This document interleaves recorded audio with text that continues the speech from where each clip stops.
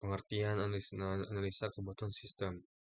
Analisa atau analisis kebutuhan sistem adalah tahap awal dalam siklus pengembangan sistem yang bertujuan untuk memahami dan mendefinisikan apa yang dibutuhkan oleh pengguna dan organisasi.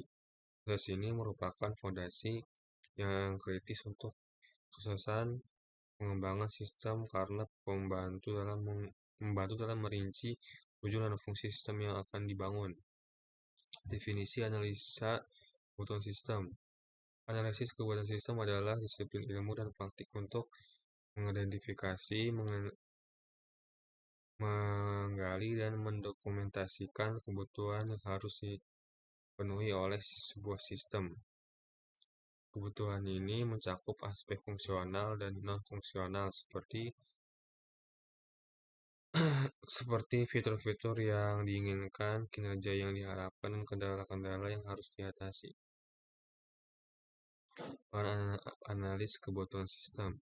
Analisis kebutuhan sistem dilakukan oleh seorang analis kebutuhan sistem. Tanggung jawab untuk berkomunikasi dengan stakeholder, memahami kebutuhan mereka, dan menerjemahkan kebutuhan tersebut ke dalam bentuk yang dapat diimplementasikan oleh tim pengembang. Analisis kebutuhan memastikan bahwa solusi yang dihasilkan memenuhi ekspektasi dan tujuan bisnis. 1. Langkah-langkah analisis kebutuhan sistem. 1. Pengumpulan data melibatkan teknik wawancara, observasi, dan studi dokumen untuk mendapatkan pemahaman yang mendalam tentang kebutuhan. 2. Dokumentasi kebutuhan mengorganisir dan mendokumentasikan kebutuhan dalam bentuk yang dapat dimengerti oleh semua stakeholder. 3. Verifikasi dan validasi kebutuhan memastikan bahwa keputusan yang terdokumentasi adalah akurat, konsisten, dan dapat diukur. Konsep dasar kebutuhan sistem. Kebutuhan fungsional berkaitan dengan fitur dan fungsi sistem yang diinginkan atau diharapkan oleh pengguna. Kebutuhan non-fungsional menyertakan aspek-aspek seperti kinerja, keamanan, dan kendala sistem. Pemahaman